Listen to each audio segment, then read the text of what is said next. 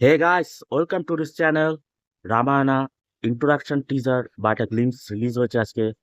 So এই সিনেমাটা আসছে দিওয়ালি 2026-এ। এই সিনেমাটা দুখানা পার্টে রিলিজ করতে চলেছে।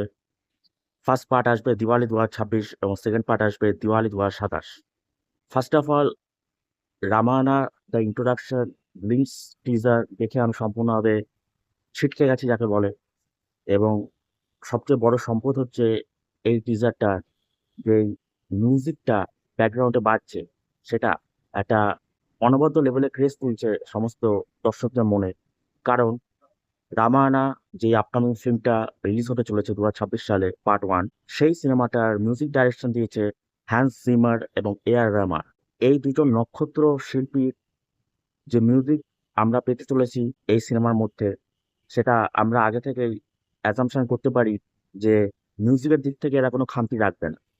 সেটাই আমরা দেখতে পাচ্ছি টিজারটার মধ্যে। মিউজিক এখানে টপ নচ হয়েছে এবং এখানে আমরা দেখতে পাবো রাম চরিত্রে রণবীর কাপুরকে এবং রাবণ চরিত্রে সাউথ ইন্ডিয়ান অ্যাক্টর ইয়াশকে। এবং এখানে সীতার চরিত্রে দেখা যাবে সাই পল্লবীকে এবং হনুমানের চরিত্রে দেখা যাবে সানি দেওয়ালকে। 3D গ্রাফিক্স প্লাস ভিএফএক্স দিয়ে আর্ট ডিজাইন করে রামায়ণের যে ওয়ার্ল্ডটা সেটা এখানে দেখিয়েছে ফার্স্টে। এবং তারপর ক্যারেক্টারগুলোকে অল্প রিভিল করেছে এখানে। রামের চরিত্রে রণবীর কাপুরকে এখানে মুখটা অল্প করে দেখিয়েছে এবং তার কিছু অ্যাকশন সিন এখানে দেখিয়েছে টিজারটার মধ্যে। যখন সে গাছের ওপর দিয়ে উঠে ব্যাকফ্লিপ দিয়ে তীর ধনুক দিয়ে লড়াই করছে, সেই সিনগুলো অল্প অল্প করে দেখানো হয়েছে। এবং রাবণের চরিত্রে এখানে ইয়াশকেও অল্প করে দেখানো হয়েছে। কিন্তু এছাড়া অন্য কোনো ক্যারেক্টার এখানে প্রকাশ করেনি ডাইরেক্টর নীতিশ তিওয়ারি।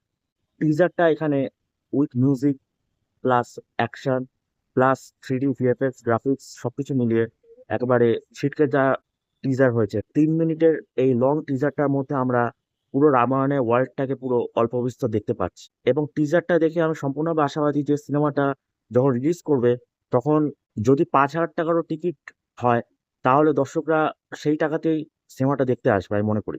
কারণ রামায়ণা আমাদের কাছে একটি এপিক, এবং সেই এপিক লেভেলের টিজারটা বিল্ড আপ হয়েছে এখানে, যে টিজারটা আজকে রিলিজ হয়েছে। এবং এই সিনেমাটা প্রডিউস করছে নমিত মালহোত্রা এবং এই সিনেমাটার ডাইরেকশন দিচ্ছে নীতিশ তিওয়ারি। দাঙ্গল ছবির ডাইরেক্টর নীতিশ তিওয়ারি, হ্যাঁ আপনারা ঠিকই ধরেছেন, সে এই সিনেমাটার ডাইরেকশন দিচ্ছে। এবং এই সিনেমায় আমরা রণবীর কাপুরকে রাম চরিত্রে দেখতে পাবো, আমরা ইয়াশকে রাবণ চরিত্রে দেখতে পারবো। তো এর দোনের যে ক্ল্যাশটা আমরা দেখতে পাবো এই সিনেমার মধ্যে, সেটা আমরা সত্যি উপভোগ করতে আমরা অধীর আগ্রহে অপেক্ষা করছি। কারণ এদের দোনের যে ক্ল্যাশটা হবে, সেটাই মনে করি সিনেমা হলে পাবলিক খুব দারুণভাবে এনজয় করবে। সো দেখা যাক 2026 সালে এই জেনারেশনে দাঁড়িয়ে রামায়ণকে তারা কিভাবে উপস্থাপিত করে পর্দায়, এবং রামায়ণ করাটা মানুষ উপভোগ করে পর্দায়। I think it will surely blast in the theatre and public will run and watch this movie first day at the theatre. So I am so excited to see this movie in theatre. So আপনাদের কেমন লাগলো অবশ্যই comment সেকশনে জানাবেন। So thank you. এটাই ছিল রামায়ণ এর announcement টিজারের উপর আমার রিভিউ। Thank you.